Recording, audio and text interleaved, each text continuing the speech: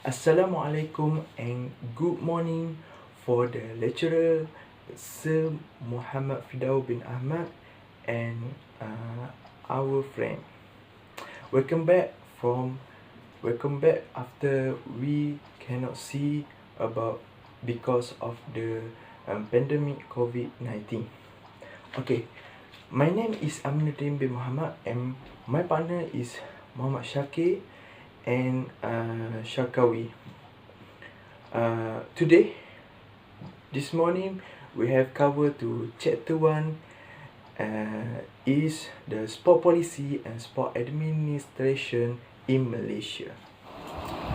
Okay, for the learning outcome, we have three learning outcome is the sport policy,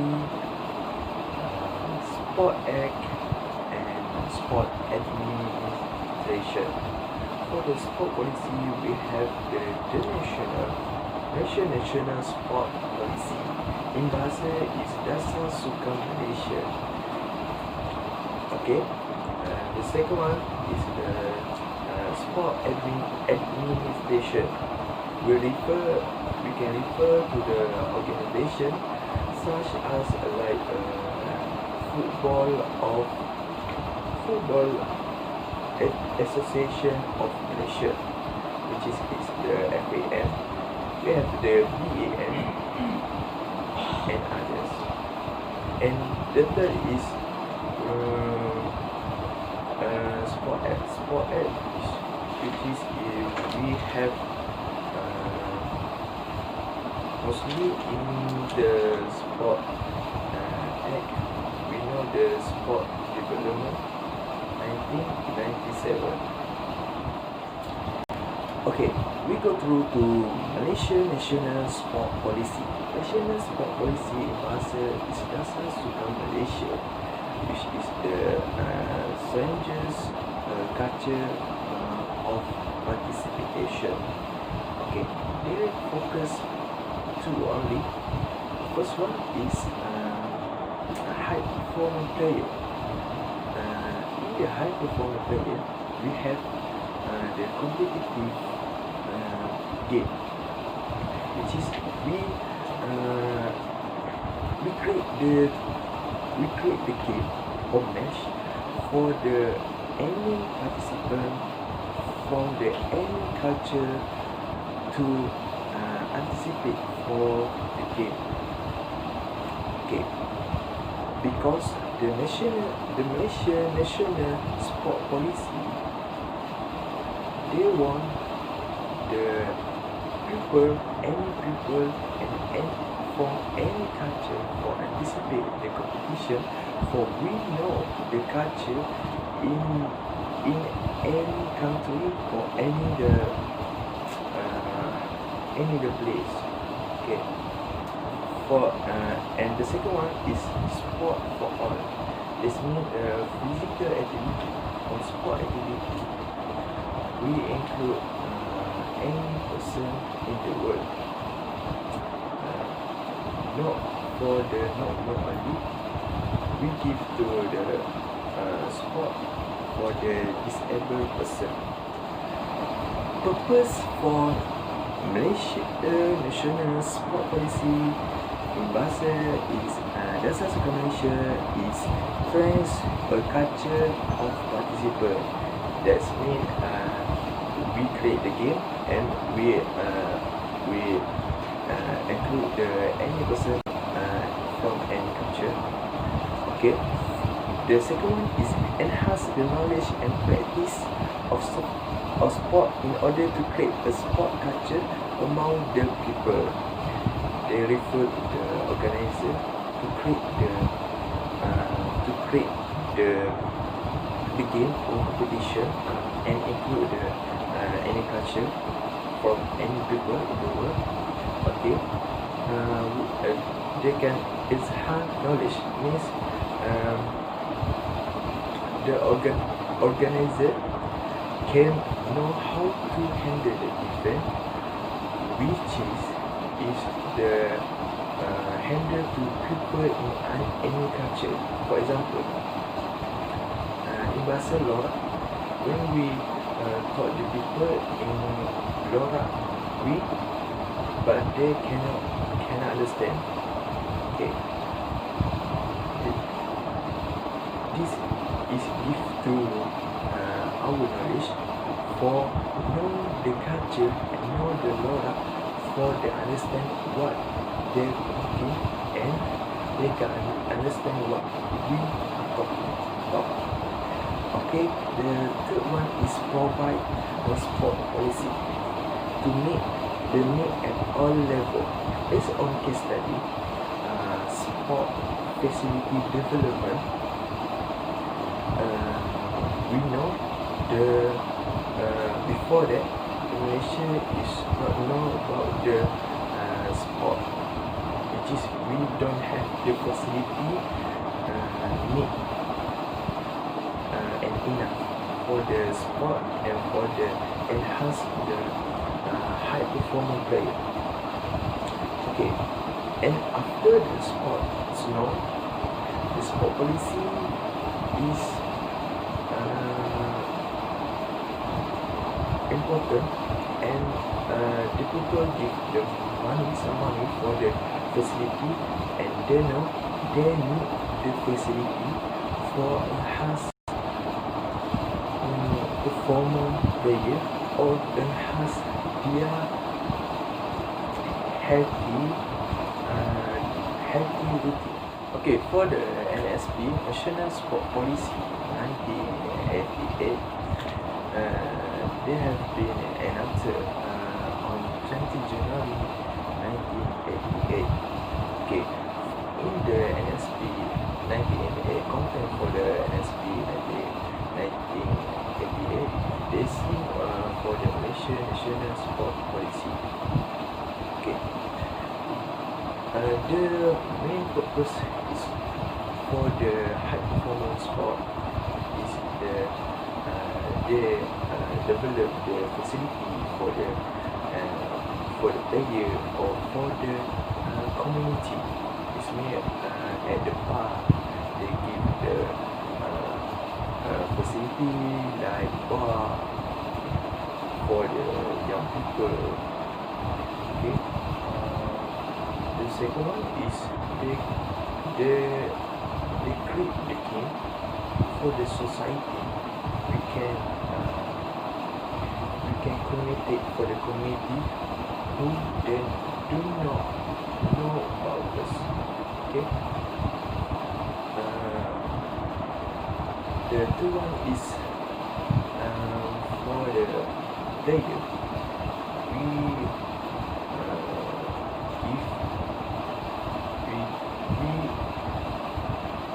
We assist the player from the any culture, for they can close together.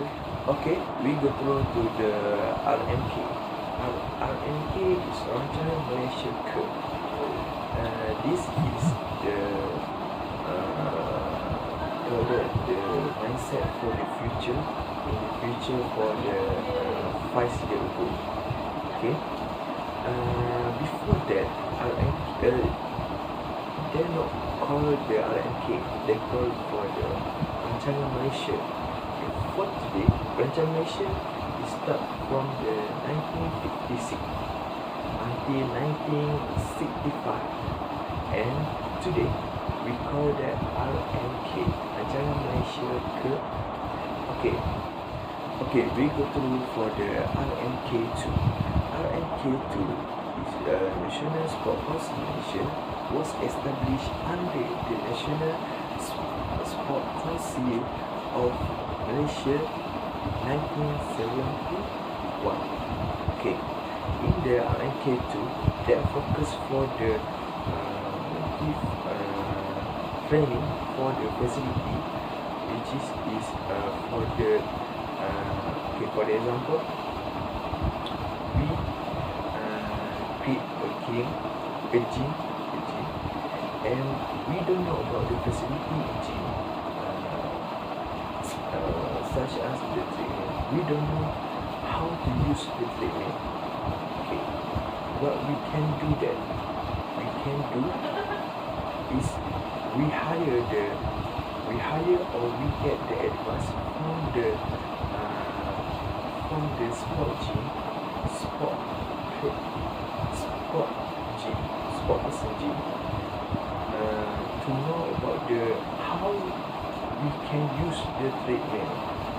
Okay, for the RNK2 is RNK2 is the main purpose is to give the training for the person to use the facility.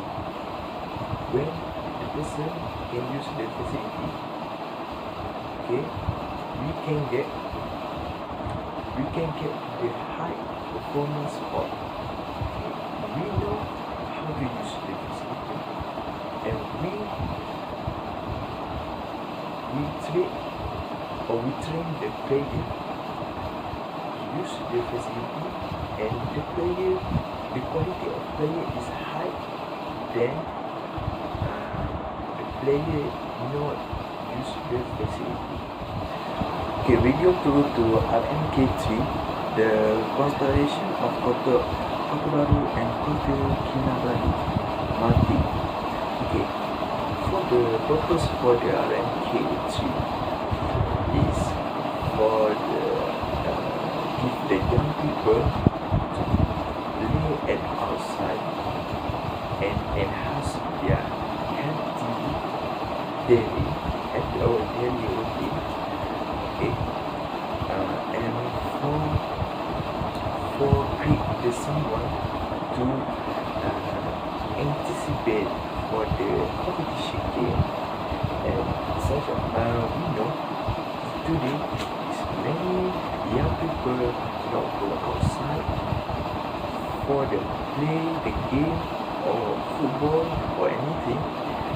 They usually like more to the e-sport or online sport, such as the PUBG, Mobile Legend, and they not use the facility at the outside or enhance their healthy routine. That's make we are worried for that. Okay, for the RMK2, we give the facility for the community and social person to make them feel to play the game, to enhance their health, and to anticipate the competition. Okay, RMK3, they create the leadership course sport and anything. For the leadership, that means the leader can guide the player, for enhance their high performance, and the leader show how to use the facility, the new facility or the new technology, or they can adapt for the competition game. We know the competition game is the competition game is using the new technology for winning the match, such as the Jumpu Daru Tazi. They use the many facility use, and their player is the high performer because of the facilities compared for the others club, because they don't have the new facilities and enough for the facility like Jumbo Daru Tazi. Okay, for the RNK4, they show for us about the development of sport based on the study of sport facilities development. She saw the facility is the highest and the performance is the highest, and and any the association of sport if the money for buy the facilities, the good facility to enhance the performance, for the enhance the healthy community. Okay. The organizer of sport if was given the donation for the competition team of the manager of the club to buy the facilities, for buy the player, for give the quality of the team. It not competition in Malaysia, but for the tournament international, they give the fund for make the team strong to the winning the game. Okay. The association in Malaysia is we have the money, we have the money, but not to the sport indoor.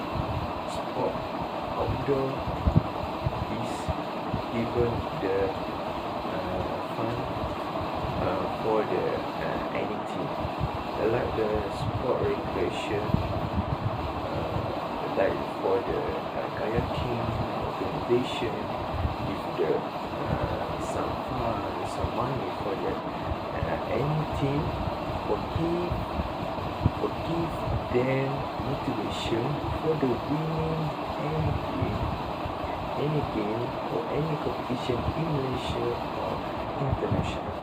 Okay, during the fourth period, they have two the important is the mass competition, mass and the high performance sport. Okay, for the mass is for the Thailand sport for all. Any people can include can anticipate for the competition or for the healthy routine at the park. Okay, for the high performance player, the high performance player is to increase their quality of the players, which is to create the facilities. Okay, for the RNK5, they plan to create the facility, many of facilities such as stadium, set park, theme park, or anything. Okay, they plan to create the stadium at the Pahang, at the Kelantan, at the Tenggara for the beginning, to oversee the anticipated of the player for give the 100% for the competition game. And RNK is the plan for the facility, for the create facility, and the RNK5 is mostly RNK5 is based on the national sport policy. They want the best of player based on the facility.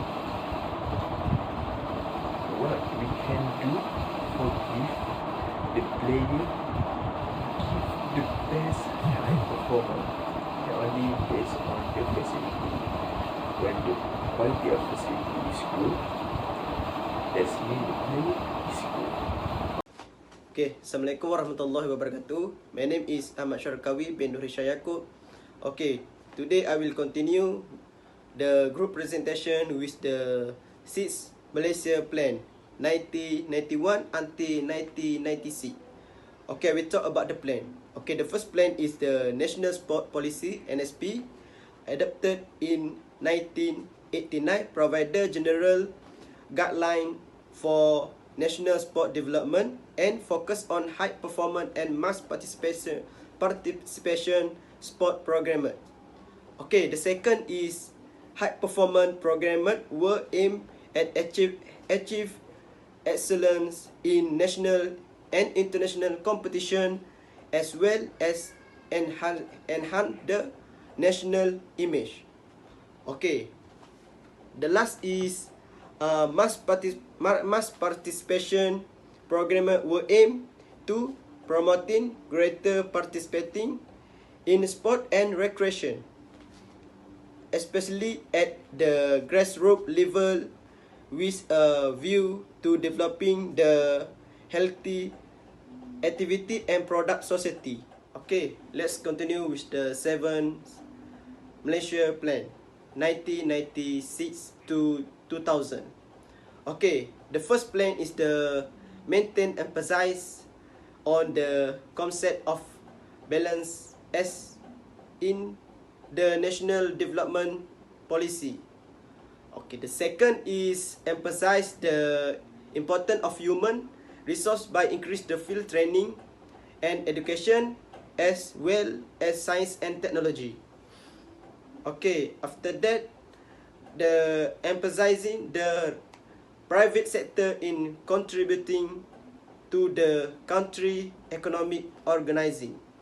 The last one is economic plans were also affected by the financial crisis that began in July 1997, and the government took the initiative to ensure the stability of the country. Okay, we go to the 8th Malaysia Plan, which is 2001 to 2005. Okay, the objective of Malaysia plans is the strategies, the ability of the national determination to face the challenges of the future. The second is emphasize on unity through socio-economic development. Okay, we go to the implementation of the 8th plan. The first is still emphasizing the increase in research and development (R&D) activities, especially through information and communication technology. After that, privacy policy is the strengthened. Okay, the third is encourage foreign investment (FDI), especially in the technology sector. Okay, the last one is introduction of young partner program for the purpose of strengthening value and ethics. 9th Malaysia Plan, which is 2006 until 2010, presented by the 5th Prime Minister of Malaysia, Datuk Seri Abdullah Ahmad Badawi, in Parliament 31 March 2006. We go to the plan. The first plan is improving the economy in high value change. The second is enhance the country's knowledge and innovation capacity as well as cultivate first class mind. The third is addressing the problem of persistent socio-economic imbalance constructively and productively. The fourth is improve the level and ability of quality of life. And the last one is strengthen institutional and operational capabilities. Okay, we move to the 10th Malaysia Plan, which is 2011 until 2015. The 10th Malaysia Plans was presented by Datuk Seri Najib Razak in Parliament on 10 June 2010. Contain the aspiration of a government transformation program and new economic capital based on high income and capabilities. After that, increased value added in the national economy. And then addressing persistent socio-economic inequalities. And the last one is strengthen institutional capacity and national implementation. We go to the last one of Malaysia plan, which is 11 Malaysia plans. Malaysia plans 2016 until 2020. Okay, the 11th Malaysia plan was tabled in Parliament in May 2015. It is the last transformation step in making Malaysia is a very developed country by 2020.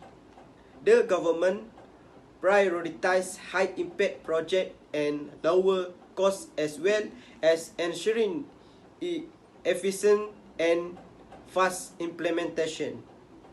This approach has been expressed in the 2015 budget theme economic need of the people, which has been divided into two category, which is capital economy and people economy. That's all from me. Thank you. Assalamualaikum and good morning. I be to my lecturer, Sir Muhammad Firdaus bin Ahmad, and my fellow friend. Okay, my name is Muhammad Syakir Al-Sufar bin Syafi'i. I am the third presenter of the chapter 1. Okay, we go for my point. Is what is National Sport Convention Langkawi 1996. This convention official by Yang Ahmad Berhormat Tun Dr. Mahathir Mohamad on 11 April 1996. He believed this convention should provided for the refund and improvement of sport in Malaysia. In this convention show the role of the Olympic Council Malaysia and National Sport Organisation. This convention show also the role of the public and private sector in Malaysia sport, and it is show issue related to the sport facility, science and technology in the development of sport. Okay, we go to effect of Ministry of Education in National Sport Convention Langkawi 1996. It has 6 points. The first point is physically, is sport education for student. Second is prepare student for after school sport. Third is co-curriculum time for physical education and sport. Number 4 is time management for physical education and sport. Number 5 is co-curricular sport program. And lastly, basic physical education and sport facility. Okay, the case study that I found at my article is effect of Ministry of Education in Convention in National Sport Convention Langkawi 1996 is the objective of physical education academic program is to train and turn out physical education teacher. For example, curriculum content will be course in human anatomy and sport physiology.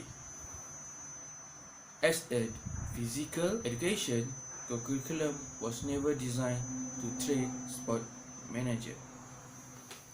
Okay, we go to Malaysian National Education Philosophy 1979. It states that education is an ongoing effort It's also toward further developing the potential individual in sport. It is in holistic and integrated manner. This Malaysian National Education Philosophy 1979 produced individuals who are intellectual, spiritual, and emotional. National Education Philosophy 1979 also served to promote healthy competition, goodwill, tolerance, understanding, and the development of the physical and moral quality, provided a conducive environment for integrating for various races in Malaysia, and sport deserve the same recognition to enable the government to achieve national development, unity, and continuous stability. Okay, we go to Ministry of Education via the National Sport Policy 1988. It is provided educate time for sport and physical education by sport, mass sport, and high performance sport. It also develop and coordination sport activity in school. First is the development of the leadership quality in sport and physical with the cooperation and assistance of the Ministry of Youth and Sport, and also the NSC and National Sport Association. Okay, the second point is Malaysian University Sport Council or MASU is promote sport activity at the Institute of Higher Learning. Number 3 is BJSS or Bukit Jalil Sports School and BPSS Bandar Panawar Sports School is sports school designed as center of excellence for the promotion of certain sport. And lastly is National Sport Institute or ISN is undertake research on sport science and train sport person, coach, sport administrator, and other related sport personnel.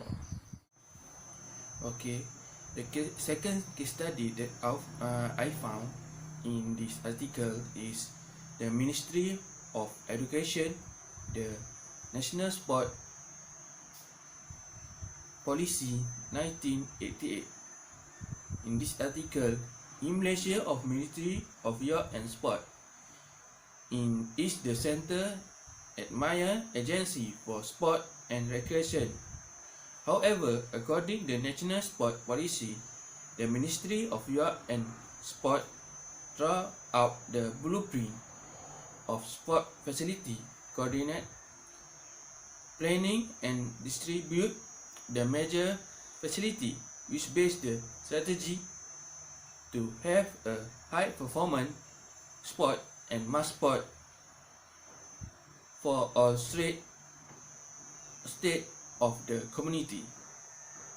We go to the sport tourism and visit Malaysia year sport tourism. It can be defined as travel for reason to observe and participate sporting activity from the home range. It can be also the engine of growth sport in Malaysia. We go to Ministry of Culture, Art and Tourism. Ministry of Culture and Art and Tourism is established on 20 May 1987. It is happened when Culture Department from the Ministry of Culture, and Sport was combined with Malaysia Tourism Development Corporation from the Ministry of International Trade and Industry. Ministry of Culture, Art and Tourism aim to develop the national culture in accordance with the National Culture Policy. To position sport tourism as a key contribute to growth of tourism industry, which contribute more than Rm 10 million to country gross domestic product or GNP. Tourism promotion allocation of Rm 275 million. Okay, we go to the Malaysian Tourism Promotion Board and Tourism Malaysia. It is under Malaysia Tourism Promotion Board at Acta 1992. This objective is to promote Malaysia as an outstanding world tourist destination by organizing many international sport events and other tourism activities. The last point is National Yacht Policy 1985 or Dasar Belia Negara.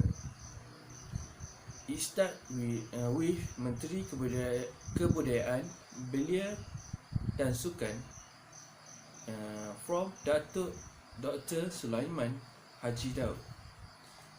It has been planned 13 years ago.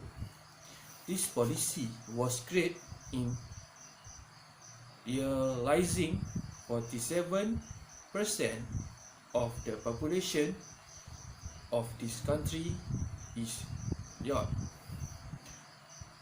This national policy 1985 cooperation by Biduin, Kementerian Kebudayaan, Belia dan Sukan with other ministry, Majlis Belia Malaysia, Majlis Perpaduan Belia Negara, Higher Education Institute and Recommendation Pupil. This formulated in 1985 in conjunction with the first International Yacht Year celebration. It was received in 1997.